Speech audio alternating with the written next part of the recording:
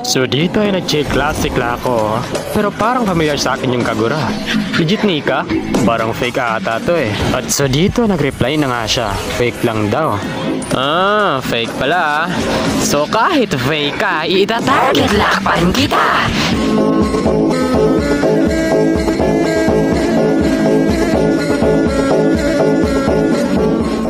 So dito ay patikim ko na sa kanya yung mga malupitang freestyle event easy.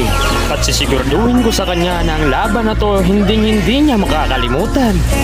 Pinatikim ba naman ng double dash freestyle sabay type ng easy. Napapasabi na lang talaga siya ng Angas mo naman. Teka lang, hindi pa ako tapos. Ipapalasap ko pa sa'yo ang mga freestyle na hindi mo pa nararanasan.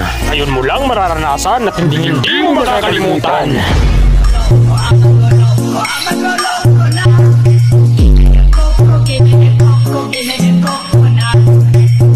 Sabi niya dito, pinagbibigyan niya lang daw ako. Hindi sabi ko dito, okay. Ay, di pa talaga natuto. Dito pa talaga sa mid. Dito kainin mong freestyle ko. Ay, gagi bumawi ah. So dito, bala ko lang sana mag-clear sa mid. Ang kaso nakaabang pala siya.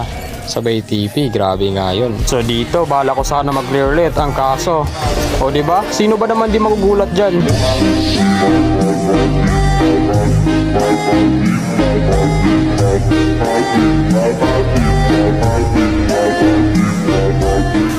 Teka, wait lang. Parang gumugusto ka na. Ako naman na, hindi ko to pinagandaan pero para sa'yo talaga to. So ngayon, ipapatikim ko sa'yo ang mahiwagang spawn trap.